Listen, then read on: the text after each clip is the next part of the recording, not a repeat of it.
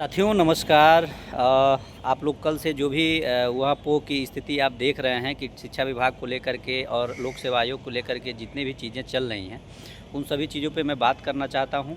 और अभी मैं आपको एक अच्छी खबर, ज़्यादा समय मैं आपका नहीं लूँगा और मैं मेरे पास भी थोड़ा सा समय का अभाव है, क्योंकि मैं अभी आप देख सकते हैं मैं कहीं हूँ। तो मैं आपसे बस यही कहना चाहता हूं कि इस समय शिक्षा विभाग और बीपीएससी के बीच में लगातार मीटिंग पर मीटिंग चल रहा है, और मैं मिशन 50 से बार-बार इस चीज़ का मैं आपसे कहता हूं जुड़े रहने के लिए। मिशन 50 को आप लोग ज्वाइन करके ज़रूर रखिए। सबसे बेहतर और सबसे पहले मैं आपको एक जानकारी दे देना चाहता हूं कि आपकी वैकेंसी में पीटी और मेंस हटने जा रहा है, और सबसे महत्वपूर्ण बिंदु यही है कि पीटी और मेंस हटना चाहिए, नेगेटिव मार्किंग हटना चाहिए।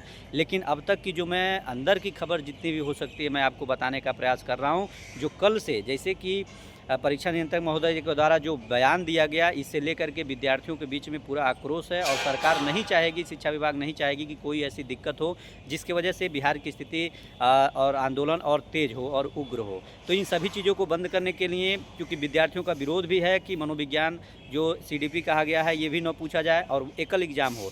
अब माननीय मुख्यमंत्री जी ने इसका संज्ञान लिया है, और जैसा कि आपको पता है रंजीत सर अभी बिहार में ही विराजमान है। तो मैं आपको एक बड़ी अपडेट दे देना चाहता हूं कि आपका पीटी और मेंस पे बात चल रहा है। बहुत जल्द आप लोगों को अपडेट देखने को मिलेगा। पीटी और मेंस जल्द से जल्द परीक्षा से हटने वाला है। फिर मैं कह रहा हूं, पीटी और मेंस बहुत जल्द आपकी परीक्षा से हटेगा। इस बात को आप लोग ध्यान दीजिए। नेगेटिव मार्किंग में भी बात चल रही है, जैसा भी होगा नेगेटिव मार्किंग की क्या स्थिति होगी उसको भी मैं आपको बताऊंगा। लेकिन अभी की जो स्थिति यही है कि आपका जो पीटी और मेंस है उस पर विचार चल रहा है। बहुत जल्द उसका आप लोगों के बीच में आ जाएगा कि हाँ, उसमें पीटी मेंस में जो होगा दोनों प्रक्रिया हटेगी, और एकल पद्धति के माध्यम से जो अब तक तैयारी 1, 2 और 3 में हुआ है, उन्हीं सभी चीज़ों को लेकर के बात चल रही है। चूँकि मैं इसलिए बात बता रहा हूँ कि मैंने आपसे ये कहा था कि जो एकल परीक्षा होने की जो बात है, इसकी यही एक बात है। जो सच्चाई ये है कि जैसे टीआरई 2 में हुआ था, तो इतनी परीक्षाएं होने के बाद भाषा भी हुआ, जीएस हुआ, और आपका सब्जेक्ट हुआ, तो जो लोग सब्जेक्ट में पास थे भाषा में फेल थे, तो भाषा के पैटर्न को हटाना पड़ा और उनको इसमें शामिल किया गया। वही स्थिति न बने इसके लिए, क्योंकि आप जानते हैं 1/3 निगेटिव मार्किंग बहुत बड़ी निगेटिव मार्किंग होती है। मुझे पूरा भरोसा है कि अगर, मैं ये शुभकामना देता हूँ जो भी चीज़ें हों उसमें आप सफल हो, लेकिन मैं आपको एक अथेंटिक बात बताना चाहता हूँ कि अगर आप इस पद्धति पे पेपर देंगे तो 1/3 निगेटिव मार्किंग, अगर पीटी किसी तरह से आप पास हो सकते हैं, अपना सब्जेक्ट कर सकते हैं, लेकिन भाषा में आप फेल हो जाएंगे।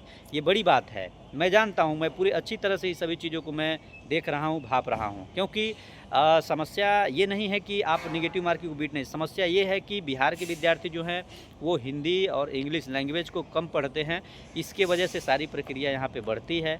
तो इन सभी चीज़ों से बचने के लिए आप लोगों को ये पता होना चाहिए कि सरकार नहीं चाहती कि कोई भी चीज़ें, क्योंकि अभी जो बात चल रही है कि कॉकरोच जनता पार्टी जैसे बनी वैसे, अब जो शब्द प्रयोग किया जाए, मैं नाम नहीं ले सकता, जो आप परीक्षा नियंत्रक महोदय ने कहा, मुझे भी इसका दुख है कि इस प्रकार से बयान नहीं आने चाहिए, क्योंकि आप एक प्रतिष्ठित संस्थान के परीक्षा नियंत्रक हैं, और इस प्रकार से जब बात करेंगे तो विद्यार्थियों में कहीं न कहीं आक्रोश बनेगा, और हर वो पढ़ने वाला छात्र अपने आप को ये महसूस करेगा कि मेरी तुलना एक कुत्ते से की जा रही है। क्योंकि मैं उस पर बात नहीं करना चाहता हूँ, लेकिन हाँ, इतना ज़रूर कहूँगा कि ये जो भी चीज़ें हुई हैं वो बिल्कुल गलत हैं, और इन सभी चीज़ों से बचने के लिए आपको, ये सरकार चाहती है, शिक्षा विभाग, लोक सेवा आयोग में भी ये लगातार मीटिंग चल रही है कि एकल परीक्षा माध्यम से सभी चीज़ों को पूर्ण कराया जाए। बाकी जो होगा मैं आपको बताऊंगा, लेकिन आप लोग, यही सारी चीज़ें होने वाली है। मैं लगभग 99% ये तय होने वाला है, इस चीज़ को आप लोग ध्यान दीजिएगा। बाकी मैं आपसे बता नहीं सकता, लेकिन फिर भी मैं कह रहा हूँ कि मैं आपसे बहुत जल्द जुड़ूंगा। बहुत बहुत धन्यवाद। नमस्कार।